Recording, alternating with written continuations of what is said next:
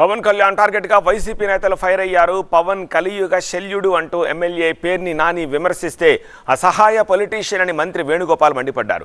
కాకినాడ సిటీలో పోటీకి సిద్ధమేనా అంటూ మరోసారి సవాల్ విసిరారు ఎమ్మెల్యే ద్వారంపూడి చంద్రశేఖర్ రెడ్డి.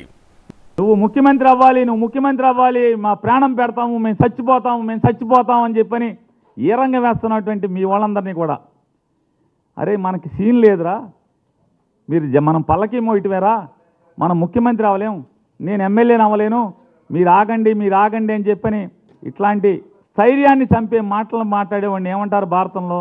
నాడు కర్ణుడి ధైర్యాన్ని నిర్వీర్యం చేయడానికి ప్రయత్నం చేసిన శల్యుడు. మరి నువ్వు శల్యుడివి కాబట్టి అర్జునుడు అంటే నువ్వు పోల్చుకుంటున్నావు.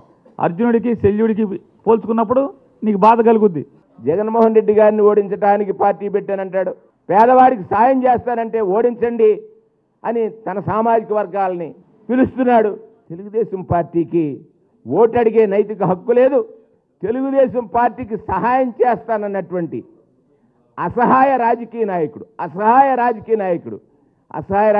నేను ఎందుకంటానంటే, పార్టీ పెట్టినోడు నాకు ఇన్ని సీట్లు ఇమ్మని అడిగే ధైర్యమే లేనటువంటి వ్యక్తి, తనను నమ్ముకున్నటువంటి జనసేన కార్యకర్తలు ఇవాళ హలో అని మన ఏడుస్తున్నారు. రాజకీయాల్లో కూడా హీరో అనిపించుకోవాలని చెప్పేసి నా కోరిక. నువ్వు నా మీద పోటీ చేయడానికి నువ్వు సిద్ధమైతే చెప్పు, నేను సిద్ధంగా ఉన్నానని తెలియజేయడం కోసమే నేను ఇక్కడ రావడం జరిగింది. నీ గాజు గ్లాస్ని రాబోయే ఎలక్షన్లో కాకినాడ సిటీ నియోజకవర్గంలో బ్యాలెట్ పేపర్లో పెట్టాలి.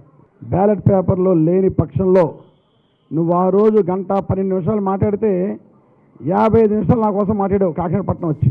కనుక ఇవన్నీ అవాస్తవాలని నేను ప్రజలకు తెలియజేస్తూ ప్రజాక్షేత్రంలో నువ్వు క్షమాపణ చెప్పాలని పవన్ కళ్యాణ్ ఈ సందర్భంగా